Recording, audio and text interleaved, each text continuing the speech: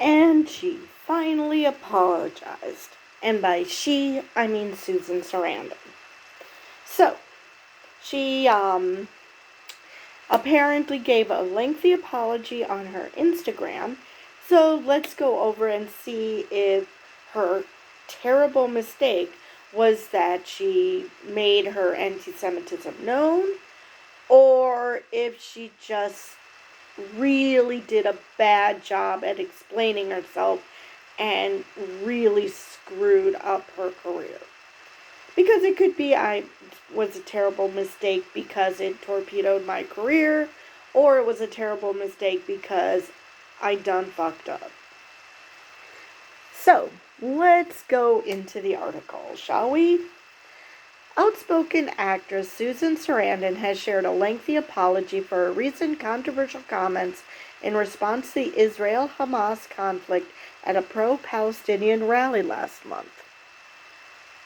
The Academy Award-winning actress, who shared the apology on her Instagram account, began the statement, "Recently I attended a rally alongside a diverse group of activists seeking to highlight the urgent humanitarian crisis in Gaza and call for a ceasefire. I had not planned to speak but was invited to take the stage and say a few words." The statement continued, "Intending to communicate my concern for an increase in hate crimes, I said that Jewish Americans, as the targets of rising antisemitic hate, are getting a taste of what it is like to be Muslim in this country, so often subjected to violence. The phrase was a terrible mistake, as it implies that until recently, Jews have been strangers to persecution when the opposite is true. As we all know from centuries of oppression and genocide in Europe to the Tree of Life shootings in Pittsburgh, Pennsylvania, Jews have long been familiar with discrimination and religious violence which continues to this day. I deeply regret diminishing this reality and hurting people with this comment. It was my intent to show solidarity to the struggle against bigotry of all kinds, and I'm sorry I failed to do so." Okay. Now, at least she is aware whether someone had to, I don't know, give her a brief history lesson, or she realized it after the fact, or she only realized it after there was backlash. But at least she acknowledges that this did happen. That, Jews are not unfamiliar with being the targets of hate. However, she says she wanted to show solidarity to the struggle against bigotry of all kinds. How is saying, "now you know what it feels like"? How is that showing solidarity against bigotry? By saying a bigoted statement? Now, granted, she was speaking off the cuff, so I do that with my videos, and sometimes I meander into dangerous territory, and then I have to figure out how to get out of it. So that's a thing. And so I get that. If you're going completely unscripted, you're gonna meander into a landmine. I get that. However, it took you this long to apologize?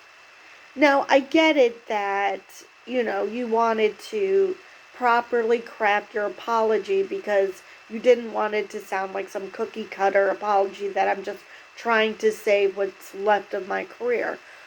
But at the same time, this is not an unknown phenomenon that Jews have been persecuted throughout history and still are. So, and again, you want to speak out against bigotries of all kinds by pushing bigotry. Now,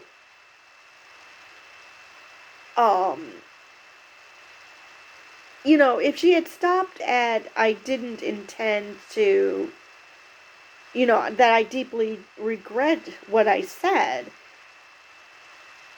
without saying what her intent was, because that's just making things worse. I mean, your statement, how did you possibly think your statement brought people together and was against bigotry by saying, ha, now you know what it feels like? How is that helping? I mean, I just do not know on what planet she thought that as she was speaking, she didn't turn around and say, "Oh, yeah, forget I said that. That didn't come out right. I'm just going to stop now and leave because I phrased that wrong and yeah, I don't know how to fix it." That would have been fine. People would have accepted that. At least I would hope people would accept if you realize right at the moment you said something really bad that, that they'd be like, okay, well, at least she copped to it. I just don't see why it took this long to acknowledge it. The other person who was in this brouhaha, not exactly with her, but at the same time, Melissa Barrera, she apologized like immediately when the story came out. I mean, again, now granted her case was different because I really do believe she just didn't um use the correct wording. Whereas, this was just out and out bigotry. Whereas with Melissa, I can see why people took umbrage to it, but I don't think that was her intent, and based on her other posts, it wasn't. So, yeah. Yeah. So, she, who really had nothing to apologize for, apologized immediately. Susan Sarandon took a few days to apologize by saying something she should have known from the very beginning was a thing. Anyway, continuing on. Sarandon concluded her remarks by saying that she will continue her commitment to peace, truth, justice, and compassion for all people. I hope that we can meet with love and willingness to engage in dialogue, especially with those with whom we disagree, the statement ended. So, and it has the Instagram post. Let me see. Okay, so let me read the entire post before I continue. Recently, I attended a rally alongside a diverse group of activists seeking to highlight the urgent humanitarian crisis in Gaza and call for a ceasefire. I had not planned to speak, but was invited to take the stage and say a few words. And yeah, that was her first problem. If you're not good with unprepared remarks, if you're not good with talking off the cuff, maybe don't. Intending to communicate my concern for an increase in hate crimes, I said that Jewish Americans as the targets of rising antisemitic hate are getting a taste of what it's like to be Muslim in this country, so often subjected to violence. This phrasing was a terrible mistake, as it implies that until recently Jews have been strangers to persecution, when the opposite is true. As we all know from centuries of oppression and genocide in Europe to the Tree of Life shooting in Pittsburgh, Pennsylvania, Jews have long been familiar with discrimination and religious violence, which continues to this day. I deeply regret diminishing this reality and hurting people with this comment. It was my intent to show solidarity in the struggle against bigotry of all kinds, and I am sorry I failed to do so. Oh, so it's really no different. I will continue my commitment to peace, truth, justice, and compassion for all people. Yeah, this was just a rehash. I thought there was more to it. Sorry. But yeah, I still don't understand where she thought that saying now you know how it feels was in any way showing solidarity against bigotry. Don't know. Anyway, Sarandon had attended a November 17th pro-Palestinian rally in New York City where she drew widespread criticism for a public speech where she said, "There are a lot of people afraid of being Jewish at this time," which is not wrong. and are getting a taste of what it feels like to be Muslim in this country. The actress was also dropped by her agency, United Talent Agency, which makes me wonder if, I mean, it sounds like she understood, she fucked up, but by saying, "Oh, this is what I intended," that doesn't help. So, was this truly an apology or or a, or some grasp at trying to salvage her career? Because I don't know. I mean, look, everybody says something bigoted at some point. Well, most people do. I shouldn't say all. Most people do. And it's most of the time it's usually unintentional. You know, you don't necessarily, maybe it's because you're just not familiar with history, or you're not familiar with a particular situation, but you say something really mind-bogglingly stupid. But most people learn from it. And she seems to have, at least, whether someone told her, can I teach you something about being persecuted? You know, like, did you know that Anne Frank would have been alive if we didn't turn back her boat? Things like that. But, you know, maybe you shouldn't have said this because of the history of persecution. So it's good that she at least realized it, or someone told her that this is a thing.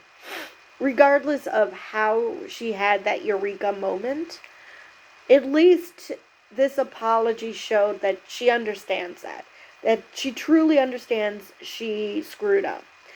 As opposed to most apologies where you're like, did you even know what you did wrong? So, in that regard, this is a good apology. I will not condemn her for that. She at least realizes why she messed up. But to explain that what her intent was, that kind of waters it down, because it sounds like she's like, "Oh yeah, I screwed up," but then gets defensive.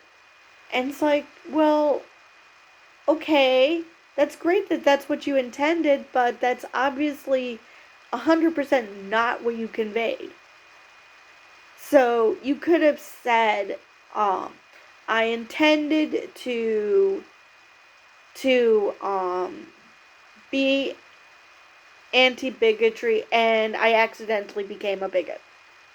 Or something, just to emphasize, yes, I'm telling you what my intention was, but I really do understand that, you know, how what I said was 100% wrong. Because to leave it at that, it sounds like she ends it on being defensive. Like, yes, I screwed up, but it's not my fault. So the apology, in my mind, could have been a bit better if she had just left off what her intent was, because the intent was obviously diametrically opposed to what she actually said. So it's not exactly making anything better. So why even mention the intent? Because at that point, it doesn't matter. Nobody's going to reread those comments under that light and say, "Oh yeah, I see what she's saying." No. that even with an explanation, it's still bad. So why even bother mentioning your intent? Just, you cop to it, great, leave it at that. Or like I said, yeah, I wanted to go anti-bigotry and I went full on bigotry. You know, just so people understand that you truly understand what's going on. Because once you put the intent in there, it's like like I said, sounds like she's being defensive. Like she wants to tell people that she is at heart a good person. And maybe she is. But I don't know, ending it on "this was my intent," just kind of, I mean, she did say she's going to continue to try to push for compassion, so maybe she will go forward and she won't say stupid things like that. Who knows? I mean, I'm going to take her at her word, and I'm going to believe that she's not actually anti-Semitic, that she was just being an absolute bonehead when she said that. And, hope that she truly learned her lesson, and next time someone asks her to speak off the cuff, just say, no, no, I won't, because I'm not good at that. I usually suffer from foot and mouth disease. Or give me a minute to collect my thoughts so I can, not walk into a landmine. But something. At least give yourself a moment to think about what you're going to say. Because I know I ramble. And in my ramblings, I end up saying something that as I'm saying it, I'm like, oh God, what did I just say? So yeah, I'm going to take her at her word. This was a very good apology in the fact that and I said this, who was it on The Flash I can't remember the actor's name. He played Ralph Dibny on the TV show, and he got drop kicked or canceled. He got fired because, well, it turns out he's a sexist, racist ass. And, his apology was a cookie cutter one, and I said right then that what was wrong with his apology is that he didn't show that he understood what the problem was. She shows that she understood where the problem lies. Again, I don't think that she needed to mention her intent because it doesn't actually help anything. You can't just reread it under that light and think, oh yeah, I guess I can see where she's coming from. No. No, you can't do that. So, yes, this was a good apology. I would have preferred without the intent, but this was still an actual apology where she understood where she went wrong, and hopefully she's truly learned from it and won't make that same mistake. As I said, either she's not going to make remarks off the cuff and wait until that landmine, or she's going to,